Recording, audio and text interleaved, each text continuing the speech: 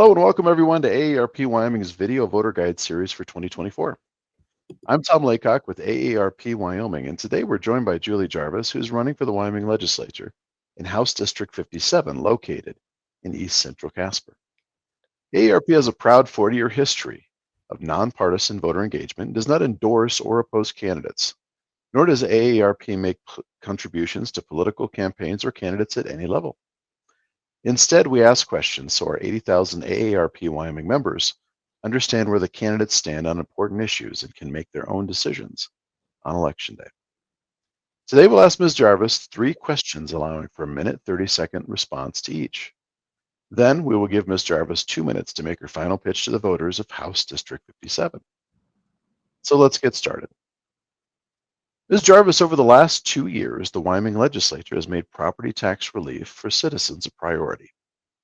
In your view, what's the most effective way to provide relief while balancing revenue needs for our schools, counties, and other entities that rely on property tax for maintaining sustainable funding? Thank you, Tom. I think first it's important to know that in the 2024 legislative session, there were 3 bills that directly addressed the concern of the property tax relief. House Bill 45 placed a 4% cap on annual increases. House Bill 4 increased eligibility for tax refunds, and House Bill 3, which starts in 2025, offers relief for Wyoming residents who are 65 and older and who've lived in Wyoming for 25 years. There are some additional possibilities depending on the majority of House District 57's beliefs on property tax relief. And some of these can range from encouraging new businesses to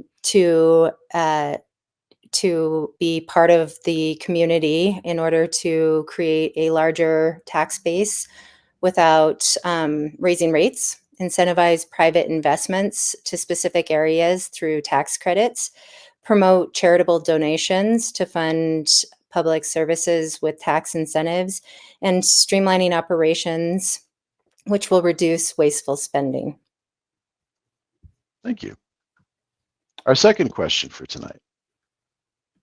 Wyoming's population of those age 60 and over grew by 47% from 2010 to 2020, while the state's entire population grew just 2%. We know 64% of all nursing home beds in Wyoming are paid for right now by the state Medicaid program. What do you see as the greatest barrier to helping our older adults age in their home and communities, and what solutions would you propose? I think it's crucial to first understand that Medicare does not cover long-term care services, but it's Medicaid that does. So any decision impacting long-term care services when discussing reductions or expansions would be related to Medicaid. According to the AARP Vital Voices survey, 87% of Wyomingites feel that it's really important to be able to stay in their homes for as long as possible. If House District 57 believes this as well, there are some possible solutions that can help support this endeavor.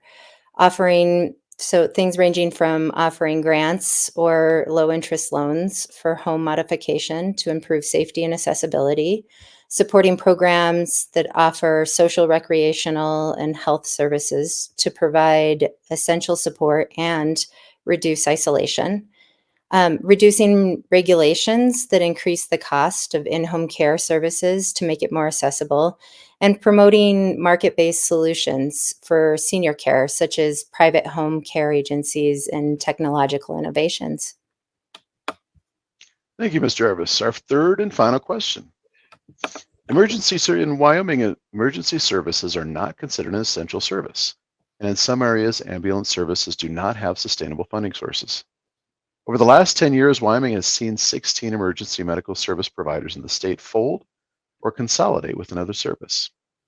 What solutions would you offer for ensuring access to ambulance services?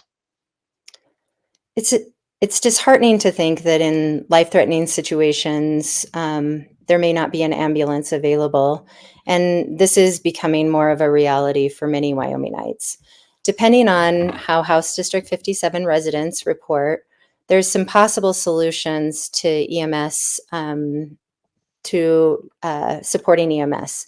There's reclassifying the EMS as an essential service and ensuring that they're effectively utilized by creating programs such as community paramedicine programs, which would also fill gaps and holes in the healthcare services like preventative care, primary care, post-discharge follow-up, in-home care, education and support, collaboration with healthcare providers, and even emergency prevention.